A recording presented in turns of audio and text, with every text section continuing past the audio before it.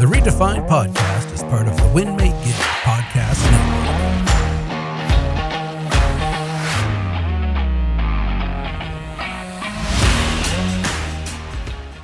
If your eyes could see what I see right now, I see my guy, my dude, Patrick Keller, somebody who has found crazy success early on in his real estate career, now transforming his life and his business in such a profound way. This guy is a hell of a husband, a hell of a dad, a mediocre pickleball player. Pickleball, words are tough. This guy is one of my favorite people on earth. Gang, my name's Eric Hatch, and you are listening to the Redefined podcast. Our goal here is, of course, we want to find massively successful people, and we can talk about those successes. It's great, but it sometimes breeds competition and measuring contests. But when we talk about the failures, I love the failures. It breeds compassion and connection. And so we're going to find this really successful guy, Patrick Keller, and figure out the mess that made him who he is. PK, my dude, really excited to have you with us. Man, I'm so excited. Except I'm not excited that you called me a mediocre pickleball player. Well, you lost to me a few times, buddy. I'm sorry to let you know. I thought we were on a team. Well, yeah, I mean, everybody. we were like the Twin Towers of Terror on the same team. I mean, I remember looking deeply into your eyes and saying that if we lose this, our whole lives don't matter. Like nothing matters anymore. You're not wrong. And we've also played against each other in basketball a couple of times. And I don't think our partners helped us much. It was really the PK versus Eric Hatch show. And I think we're about even through matches over the last couple of years. Is that right? We might be a little competitive. Yeah, just a tish bit. But then when it comes to musical ability, there you go winning. When it comes to looks and hairline and all those things, you are crushing the competition, my man. I'm not going to disagree on the hair. We will talk about golf for a moment. And again, one feather back in my hat. Yeah, so it's great. PK, I love you, dude. I do. There's very few people who I hold in such high regard as I hold you. And you've been now in our network and in our world for the last couple of years. And my gosh, you are one of those people that I didn't know that I needed in my life. I just want to say that you are of such great value and insight and calm and brilliance and fun and heart. And I'm really, really grateful to have you in my life. I'm about to make fun of you here soon, I'm sure. But I do want to be sincere for just a moment and say, I freaking love you, bro. Man, I love you too. You were everything I needed when you stepped into my life too. So we're just like a perfect match. Do you guys feel that right now? Does that feel good? This is going to be 40 minutes of couples, just like couples therapy for you and I. We don't need any therapy. Everything's perfect, man. Yeah, that's true. PK, I want to highlight the hiccups and the oh craps and the learned lessons, because I think that's where our listening audience, that's where people can gain a whole bunch of knowledge and nuggets and things. But we need to understand why you have this insight. Like, I don't want meekness. I don't want you to hold back. I want you to lay it thick and heavy on the successes that you found over the last few years, because you're running something pretty impressive. Yeah. Thanks, man. I'm happy to share. Yeah. So share. Okay. Yeah. I mean, I guess I could just tell everybody my trajectory in real estate really quick. I didn't grow up to be a real estate agent. I don't think any of us really did. I was in healthcare. I was a nurse before I got into real estate. Yeah, but you were a poop nurse. I was. Yes, I did GI nursing. So I dealt with poop all day, every day. You're still in the same industry. How about that? We just shovel it in different piles now. Yeah, so I did nursing, and then I was always entrepreneurial. So I got out of nursing and then started a wellness company. After my wellness company, I then got into real estate. So how long have you been building your real estate business now? Since 2015. Okay. So as we record this, about 8 years in. That's middle age for realtors, I suppose. Yeah, absolutely. Okay. Within about 3 years, I was to the place where I was able to sell about 100 homes a year. And that's not everybody listening is going to be in real estate. Like, how does that compare to the average realtor? Yeah, I mean, on average, real estate agents in our area in Indianapolis are probably selling anywhere from like 6 to 8 homes a year on average. Mhm. Your top producers in our area are going to probably sell 30 to 60 homes a year. And you were doing 100. That's right. Yeah. Yeah. Just working really hard, cultivating as many relationships as I could, working leads, working every single opportunity that I could, and put my head down and believed in the process. And I also wanted to be really successful because of the things that we're going to talk about, some of the things that I went through, and got to the point. So let's I don't want to jump too quickly. Yeah. Selling 100 homes a year, dude, isn't that like working 100 hours a week? Oh yeah. Yeah. I mean, it's Okay. just your eyes open and you're working, and you work until your eyes close at night, and then your Yeah. brain's working while you're sleeping. So Yeah. I mean, you were making hella cash though too, weren't you? yeah, the money was wonderful. It was great. It was money that I never thought that I could ever, make in my life. And it created all kinds of freedom for us. So at the age of 30, you're selling 100 homes a year. You're making $500,000 to $1 million a year. You have no time in your life, but you got a whole bunch of cash in the bank, right? Exactly. Yep. Okay. Keep going. Yep. Just kind of fast forward. That's about the time I decided to build a team. I decided I want to build a team. Everybody in real estate, the real estate industry says, hey, when you're doing really well, you're also naturally a really good leader. So just go build a team and go sell a whole bunch more houses with the team, and it's going to be great. I did that. I had a lot of hiccups with that. Build a team, and we got to the point where our team was selling 400 or 500 homes a year. I was the bulk of that production and also the leader of all of that. So you were not only leading a team of a bunch of people, but you were still the guy who was selling all the houses too. Yeah. Yeah. So Okay. managing, selling, taking care of clients and our people. Okay. Fast forward to the last 2 or 3 years, now in a place where I'm selling about 150 to 160 homes a year. But our dynamic changed very drastically from a very big brokerage in 2020 and 2021 of 25, 30 agents to now a smaller group, a micro team of about 7 or 8 people. And so we've had a curveball, not a curveball, we've had a change in our dynamic because of the market and because of mistakes that I had made. And can't wait to share that, but still a really high producing team, really tight knit team. Still really profitable in an environment that is difficult in real estate. We're really proud of that. We're super proud of that. And so we still are holding on to success in a hard time. Yeah. And now just learning from our mistakes that we made in the past and continuing to grow. I want to unpack these 3 chapters with you, PK. The first is chapter 1 was you're selling 100 homes a year. You're kind of everything to everyone. You're working a ton of hours, making a ton of cash, but you have no time. Is that accurate? Absolutely. Yep. Okay. Chapter 2, you're still continuing chapter 1 while you've added new responsibilities of other agents to it. You're now selling way more houses as a group. Do you have more or less time in your life? Less. Okay. So more people equaled less time. Do you have more or less money in your life? At that time, we had about the same. Yeah. When you brought people in, you sold more houses. But the cost of having people generally zeroed out. And so I had about the same money as having less time while having less. What about stress? More stress. Okay. So more money, more problems, but actually same money, more problems. Is that right? Sure. Exactly. Okay. Yeah. Now this last chapter that you've been at, this micro team that you're doing, do you have more or less time? More time. More time. Okay. Same money. Okay. Less problems. Okay. How about stress?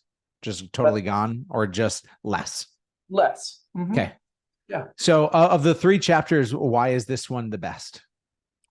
I think it's because it's intentional. It's not scattered. It's reliable. It's something that I can trust.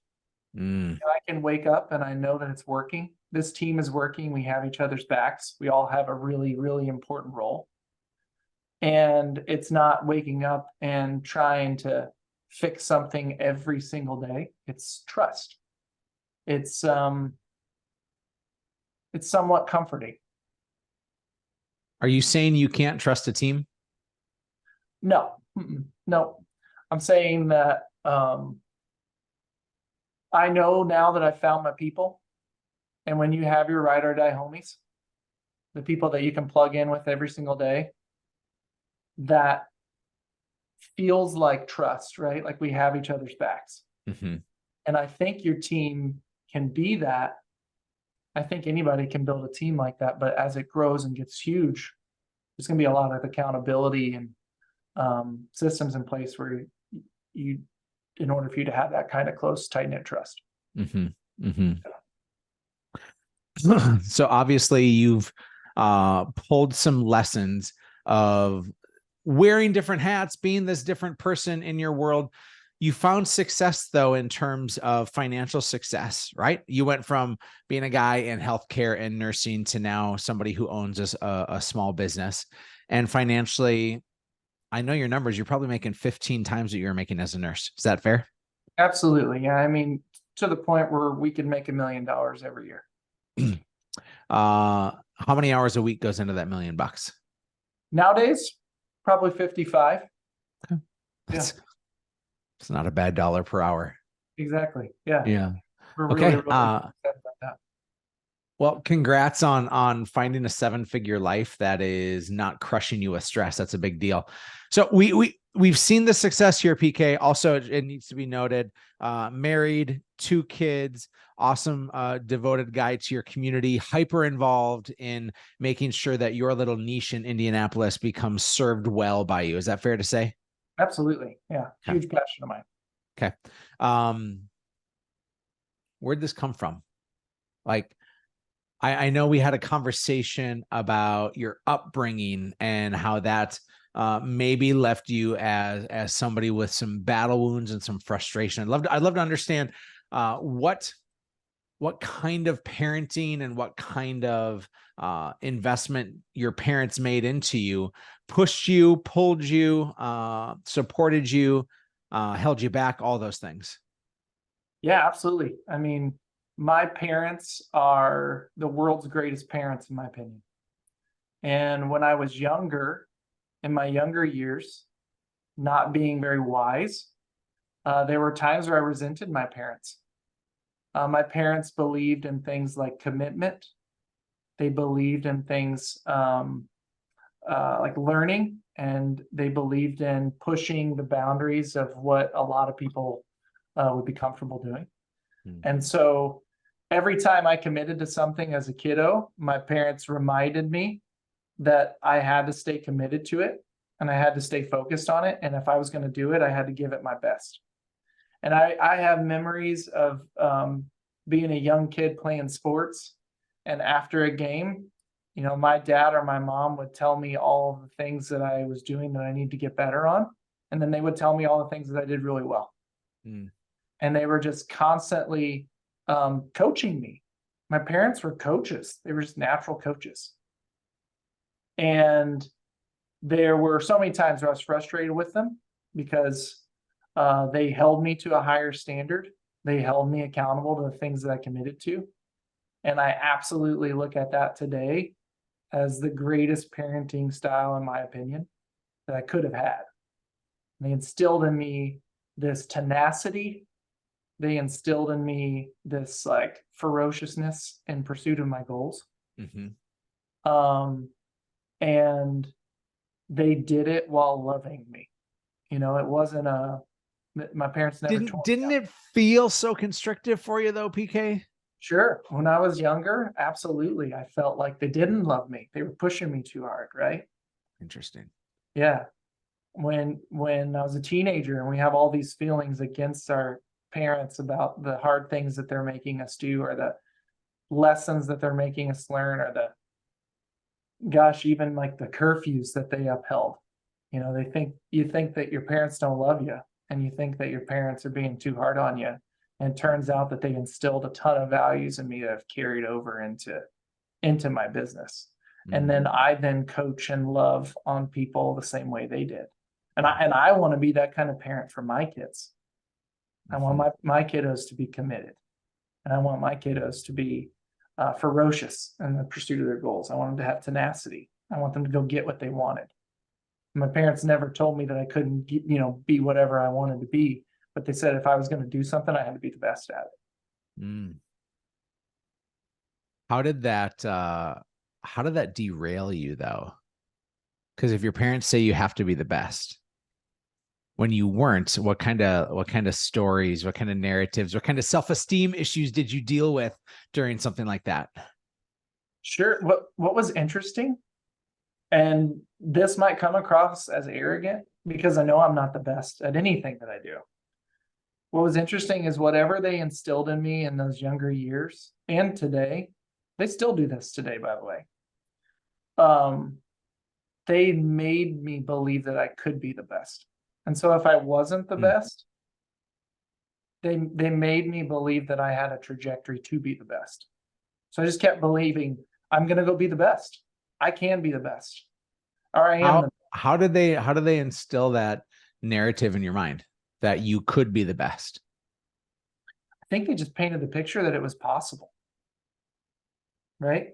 Like even in sports when I was younger, they saw my potential. They saw what I could do. They didn't see you play pickleball.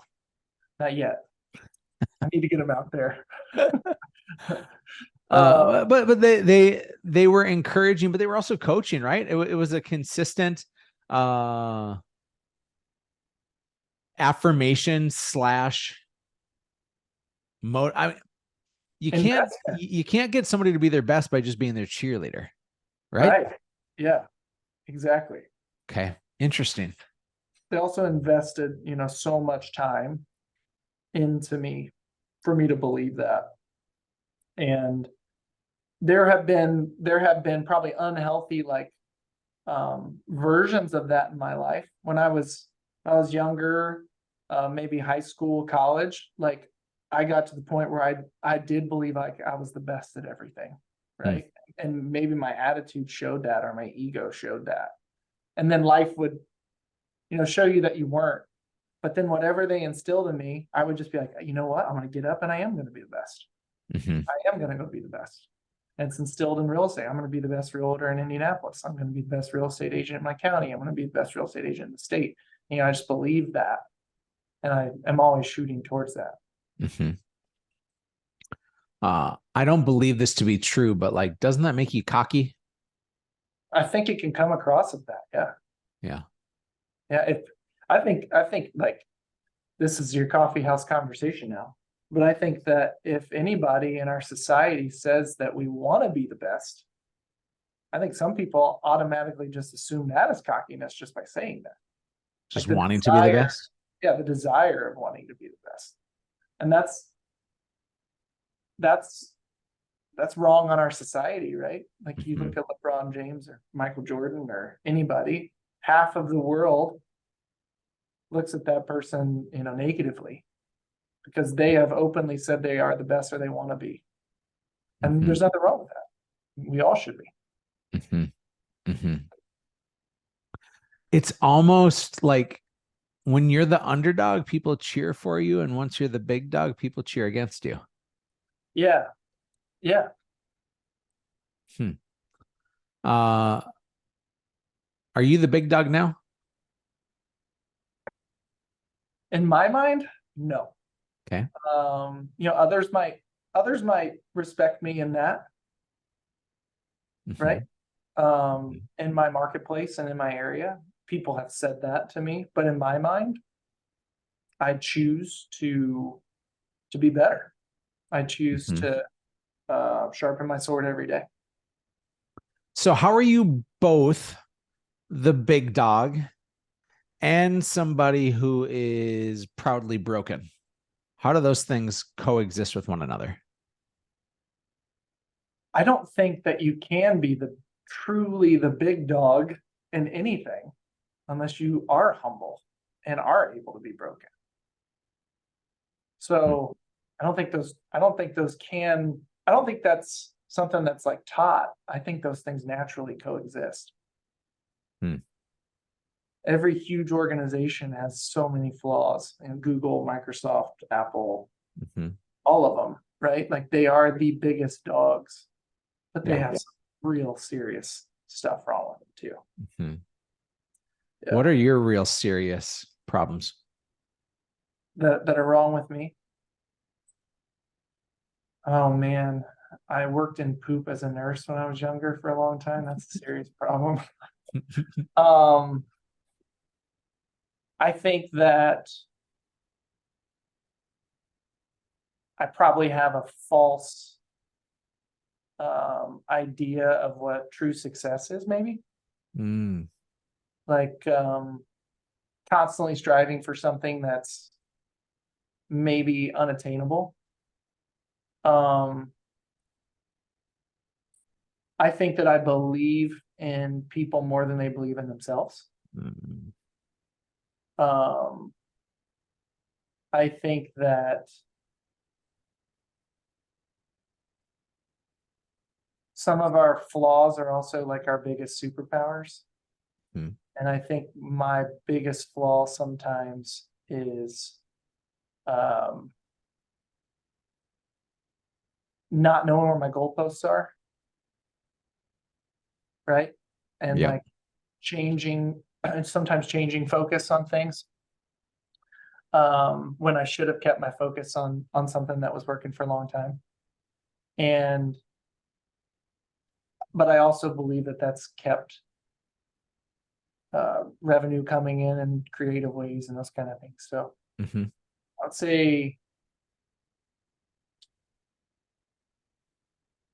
yeah, I think probably insecurity. Yeah. You know, like I think that there's a piece of somebody who's always striving for success or more. There's a root of insecurity in that. Mhm. I have a problem with trust too, just being real. Mm. And I don't know where it comes from. Because my upbringing was very trusting. Like my parents were always there, my brothers were always there. I have a problem with trusting people naturally. It takes me time. Yeah. Yeah. I think those are my biggest flaws. Mm. Yeah. Thanks for your willingness to share that. Patrick, you had said you have a false idea of what true success is. What is true success? What does success look like? Not Patrick Keller success, not Eric Hatch success, like branded on the shelf at every store in the world. What is success that people are trying to buy? And then what is your version of success? I think branded, what everybody's trying to buy success always revolves around money and possessions. Mm-hmm. So, like endless money, people say financial freedom, right? Like, I just want to be financially free, but no one really knows what that means. Mm-hmm.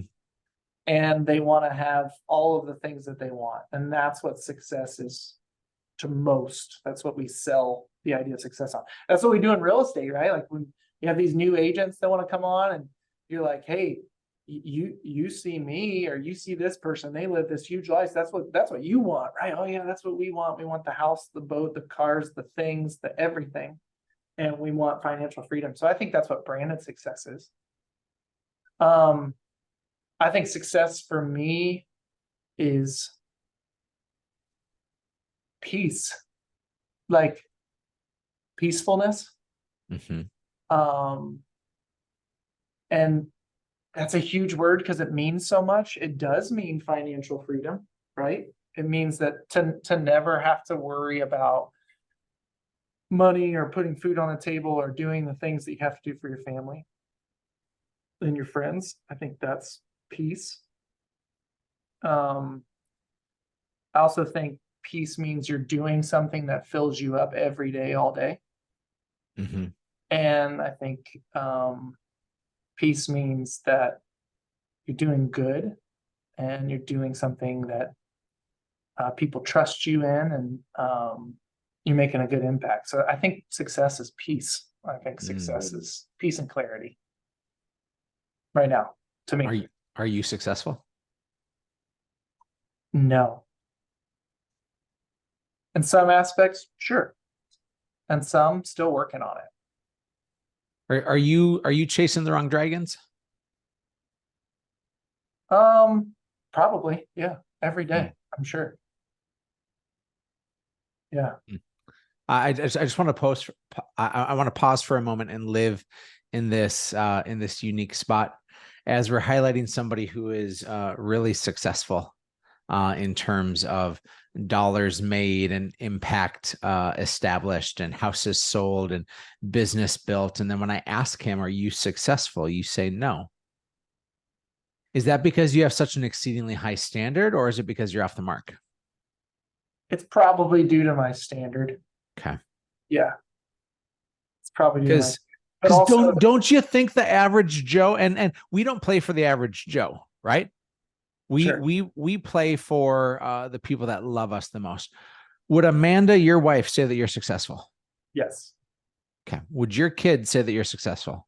Yes. Would your closest friends say that you're successful? Absolutely. Okay. Forget what the average Joe says. It's the people around you. Are they going to say that you're successful? Right? Yeah. Now, it's your standard, which is why you probably are successful. Your standard for yourself is higher. And you even said your standard for others is higher than what it maybe is for themselves. You see more in them. You want it more for them. You have a bigger belief in them than they have in themselves. Isn't that your magic potion here, PK? Absolutely. Like, and maybe it came from your parents, right? Maybe they were the ones that instilled this idea that you have to be the best, that there's more to give, that there's more to do, that you need to continue to strive to be better than where you are right now. Does that all tie together? Absolutely. Okay. Yeah. Absolutely. And then you went down the path of, in chapter 2, going from being a solo agent who found really great success in terms of dollars made and families impacted. You then built a team and it sucked. You built a brokerage and it sucked. You blew this thing up. What's that story, man? Yeah. So decided to build a team, and in the early iterations of the team, it was great. I think the best version of my team was we had about 8-9 people selling close to 400 homes, and it was awesome. That's again, the average realtor sells 6 to 8 houses a year, and you had 8 people selling 400. Yeah, it was great. It was beautiful. It was wonderful. And at that time, the compass of my success was size and growth. And so I just kept hitting the gas. And instead of, I'll just go right into the failures now and keep telling the story. Instead of diving in on those 8-9 folks and really focusing in on them and their trajectories of success at a high level, I did it at a small level. And then I continued to do that small level of intention and focus on everybody else that I wanted to bring in. I just wanted to bring it in. I wanted to be the biggest real estate brokerage in my county. And then we did that. I wanted to be in the whole surrounding county area around Indianapolis. So I just kept growing people. And we grew up to 25 and 30 people of agents, excuse me. And I was spread really thin. I was then giving small pieces of focus and intentionality to every single person. People that were selling 1 home a year were getting the same kind of focus and intentionality that people that are selling 55 houses a year. And that's where I really messed up. And it got to the point where I was managing too many people. My expectations for people were too high because I was expecting the same for everyone. And it got to the place where we started to have to start getting rid of people because of culture, getting rid of people because of production. And then the culture of our team changed. And people started getting scared of if they were going to be able to be here long term. People started also getting frustrated because they lost proximity to me. And our sales really didn't go up. Even though we had 25 or 30 people, our sales didn't skyrocket like we thought that they would. And when they lost proximity to someone who was originally really invested in them and who was originally like their ride or die homie, meaning me, they started to lose connection to the brokerage. When they lost connection to the brokerage, they decided to either perform poorly and they had to go, they then started culturally acting out and had to go, or they self-selected and said they just wanted to go. And so our brokerage basically got cut in half over the course of 12 months in 2022. Did you lose all your good producers? The people that were the first 8 that you sold all those houses with? What happened to them? Most of them left. Except for a If couple. I were to ask them why did they leave, what would they tell me? They would have said that Patrick got his eye off the prize, probably. There's a lot of it. I'm always going to take ownership over everything. There's a lot of it where when people leave, they have to find a reason to leave, right? Like they have to find a reason. It's typically not themselves. So if you were to ask them that, they would say, hey, Patrick lost his eye on the prize. We had a really, really good thing. He got unfocused on the people that mattered and focused on everybody. And I wanted to go to a place where I felt special. That's what they'd likely say. A lot of that's true. A lot of them also were getting scared about their production in 2022. And they said, hey, maybe the grass is greener somewhere else. Yeah. How have they done? And this is not meant to be a jab for or against. Have they found paralleling success elsewhere? From what I can see, some of the agents are no longer in the business, and some are doing just about the same as they were here. Okay. So some yes, some no. Yeah. Okay. If you had to do it all over again, what would you do different? Which I would point out, for me, I instill that as something that I wish I would have done better, because I think that if I was still in those people's lives, that maybe, just maybe, those ones that didn't make it, who were really high producers that aren't producing anymore, like maybe, just maybe, they'd still be living a big life. And I lost. There's a lot of ego in that statement. There's truth. There's some ego in there too, isn't that? I mean, that's a bit of a God complex that I certainly have myself. Totally. Yeah. I mean, I just think that there was something in our relationship that like kept them going, kept them like wanting to show up, just like I wanted to show up for them. And when we were gone and separated from each other, we lost, me and these people, we lost that like that duo accountability that we had with one another. And I wish that we still had that. Yeah. So it's not just me, it was me and them together. Yeah. Yeah. Patrick, your parents loved you hard. And there was a lot of accountability and a lot of coaching and a lot of language around how you have to be the best. And when you were a small team, it sounds like you gave that same kind of energy and focus. Yes. Yeah. Oh, yeah. You were an extension of your parents to your team. And then you added some people that maybe wanted different things, and your punch wasn't as powerful. Your proximity was non-existent, at least in the intentional sort of way. And not only did your pursuit of bigger fall flat, but it also put your energy into all, and then you lost the few that were your really great performers. Anyways, yes? Absolutely. So if you had to do it all over again, what would you do different?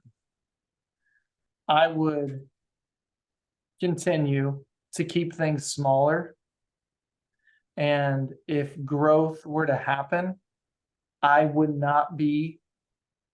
could not be the leader, the mentor, the coach for everyone who wanted to join into our place. I would want to cultivate and create leaders, mentors, and coaches for the next squad of people that wanted to join our organization. I would have identified one person, and I think this goes for any business owner, small business owner who's looking to grow.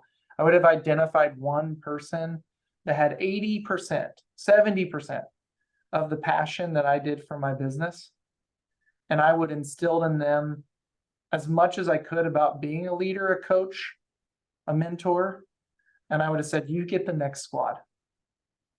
And when this squad gets more than 8, 9, 10, 12 people, your job is to instill in someone who has 80 90, 70% of your passion for this or more, be a coach and a leader for the next squad. I would have squatted things up. I would have made little micro squads, little cliques, for lack of a better word. I use the language intentionally that chapter 1, chapter 2, and chapter 3 for you. We have told that story. Again, to recap for you all, chapter 1 was PK as a producing agent. Chapter 2 was a whole big team of folks. Chapter 3 is a team of folks all surrounding PK.